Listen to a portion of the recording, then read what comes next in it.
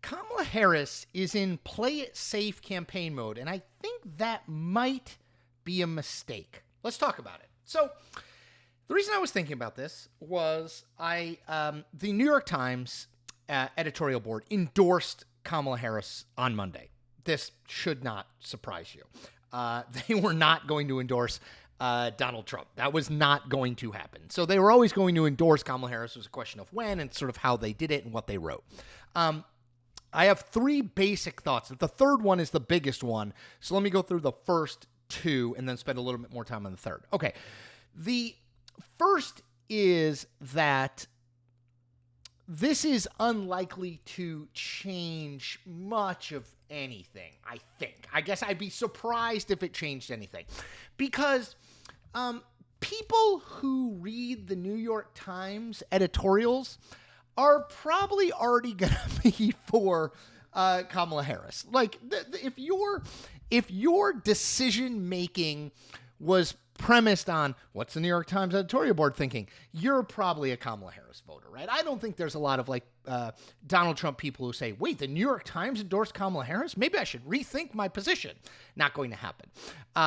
Similarly, I don't think there are a ton of undecided voters at this point at a place like Pennsylvania where they're waiting on what the New York Times has to say about the race. Like, in fact, I don't even think Kamala Harris will talk about the New York Times endorsement all that much outside of with donors on the coast.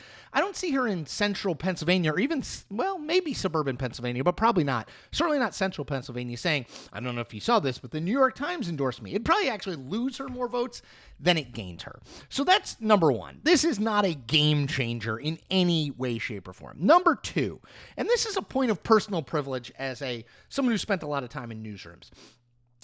When you see the New York Times editorial board write an op-ed endorsing Kamala Harris, this is not the New York Times political staff or anyone on that side endorsing Kamala Harris. They are entirely separate operations in a newsroom. And I know when I worked at the Washington Post for a decade, we had an editorial board.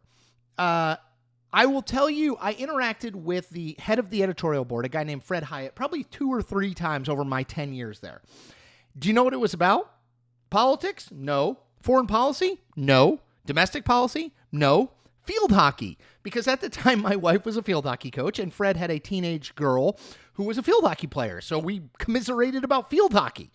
We literally never talked about anything else, and I don't think he wrote many op-eds on field hockey. The point is, those two entities do not interact on politics and policy. They just don't. The newsroom is the newsroom, and the editorial board is the editorial board, and never the twain shall meet. Now, do I think that's going to convince lots of people?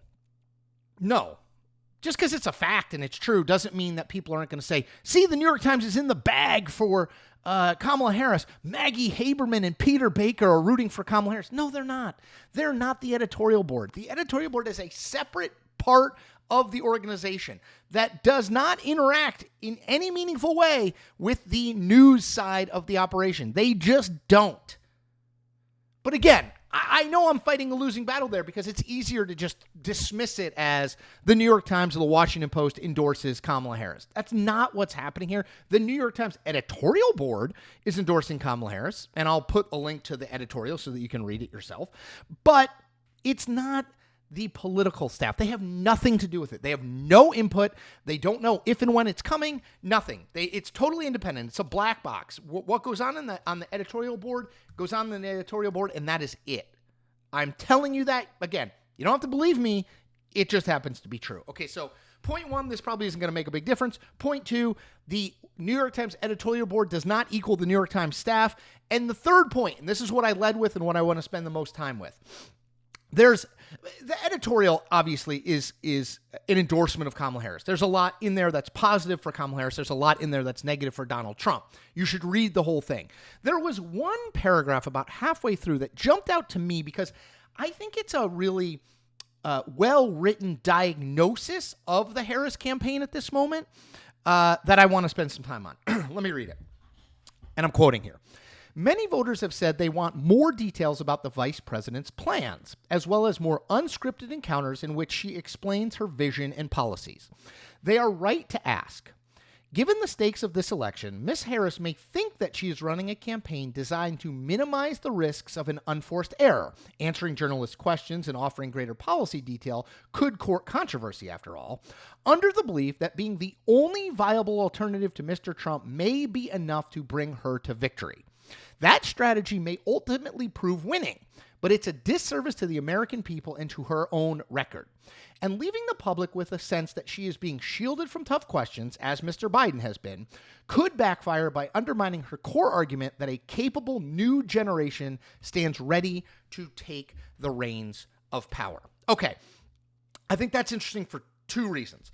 First, the argument that the New York Times editorial board is making here is that it is a bad thing for democracy writ large that Kamala Harris is not really outlining policy positions and is not really engaging with the media. Now, I've said similar things, that it is important for her, if she wins, to be able to say, people voted for me. People voted for my vision for the country. And to go to Congress and say, people voted for my vision of the country. They want these things done. They trusted me to do them. It's harder to do that when you really are playing a kind of hide the ball campaign. You're playing it safe. And that is what the Harris campaign is doing now. Not a lot of media exposure, not a ton of detailed policy proposals, mostly just sort of making clear that they're not Donald Trump. So the Times says that may be a winning political strategy, but is bad for democracy.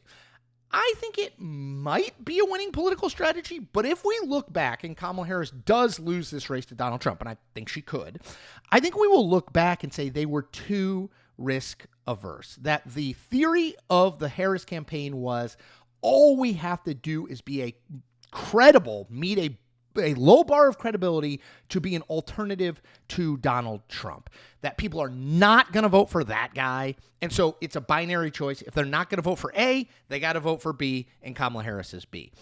That may work.